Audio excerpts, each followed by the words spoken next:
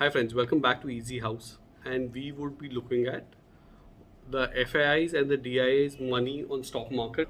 So we'll be looking at their impacts on Indian stock markets.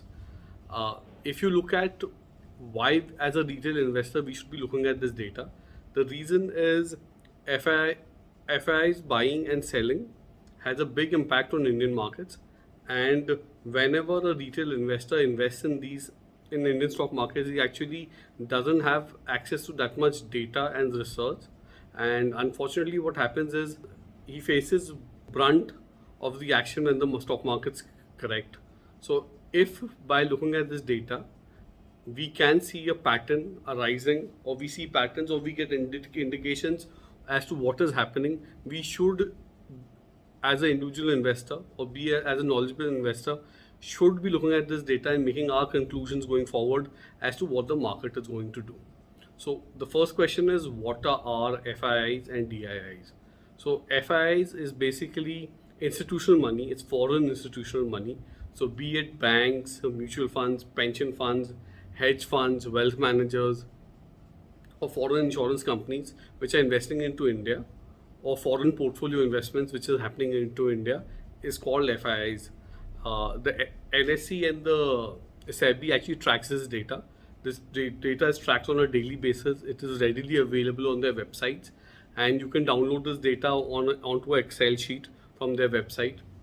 Similarly, DIIs is basically Indian banks, Indian mutual fund houses, and pension funds and insurance companies in India, which are buying. Similarly, Indian companies, Indian DIIs, when they buy in the market, that data is also very readily available on the NSE and on the SEBI website, and you can see that data on a daily basis or on a monthly basis or on a yearly basis, and download that data and make your conclusions as to what is happening.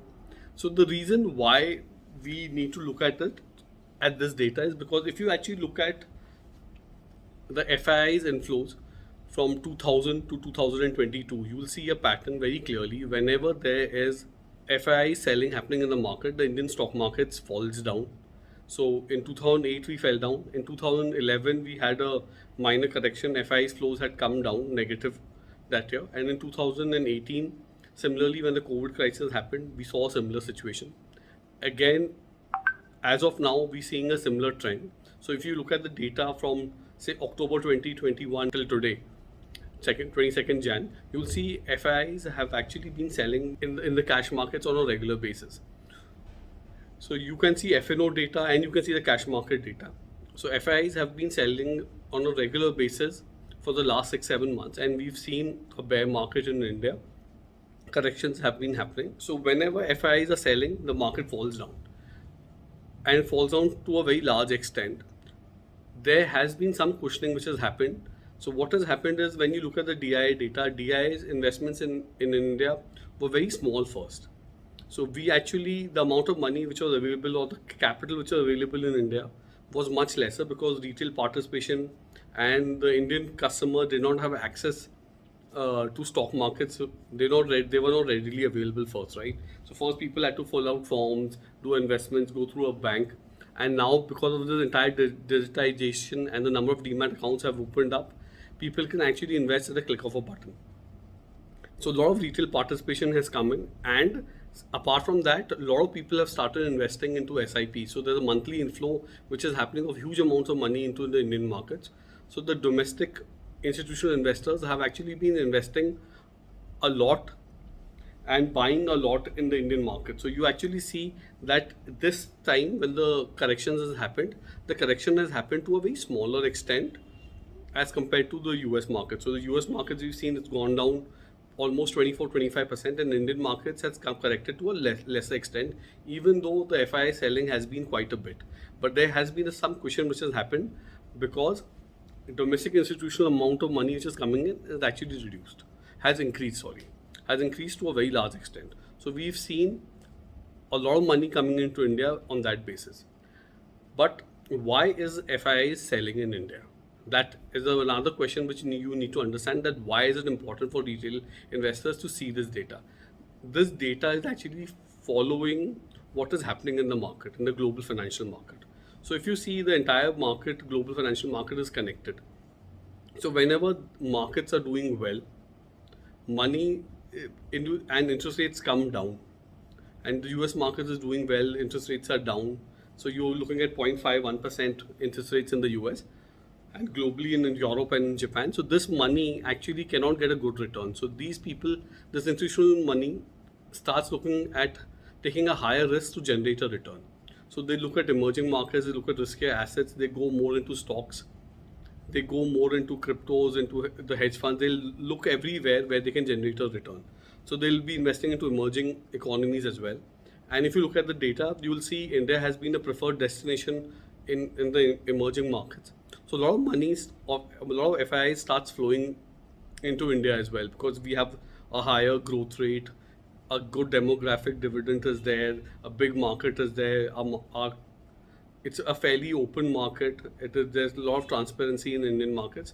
So for all these reasons, the money actually comes into India quite a bit, and we've been receiving a good bulk share of this FI money which is coming into India. So what happens is obviously the Indian capital markets respond and the markets go higher. Now what happens is when this cycle changes and the economy starts heating up, the government in the US, say the Fed or the European Central Bank or the UK Central Bank actually starts increasing interest rates. So as is the case right now, they're actually fearing that the market is heated up. There's a lot of inflation, and they want to increase interest rates and try and control this inflation. And while doing that, there are fears of recession being happening. So what they do is they start increasing the interest rates for the market to cool down, so we don't have a crash or anything like that. And they want to gradually get the growth rate or the inflation down, and they do that by increasing rates. While increasing rates, there's a flight of money which happens now. The money actually flows back into less riskier assets, so that they can generate return over there by taking less risk. So this money, which is FII money, actually start selling into from risky assets like stocks. So they'll start selling in domestic markets, in emerging economies, and into from hedge funds. They'll start moving that money out from cryptos, from wherever that money is at, the hot money which is there. They start moving all that money out, and that money will start going back into US treasuries, and they'll be generating good returns over there. And once they see that a recession is set down or inflation has come in, they'll again start the cycle where interest rates take a reverse, and this money's again, the cycle starts the same way, right? Interest rates would start coming down. They'll generate a return on bonds over there, and then when the bonds do not generate return over there, the money will again look at going into riskier assets. So the cycle repeats itself. So when we look at this FII data and DII data, we can actually see, as an individual investor, we can make our decision as to where the markets is actually heading. So it's very important for individual investors to actually look at this data. You don't need to do it on a daily basis, because if you're not day trading. So if you're trading on a daily basis, you can actually see patterns from this data. This data is very readily available on the NSE, and you can download it on your Excel sheet, see it over there. So what I would like you to do is you can actually do this analysis. You can look at downloading this data from the NSE website and draw your conclusions, what is happening to the market, where the market is heading, and take a view as to what will happen in the future. And don't forget to mention what you actually analyze in the comment section, and we'll be more than happy to look at what you've analyzed. So I hope you like our analysis, and if you like the video, please give it a thumbs up. Hit the subscribe button, hit the bell icon, so that you get a future notifications on our videos. And hopefully we'll see you in the next video.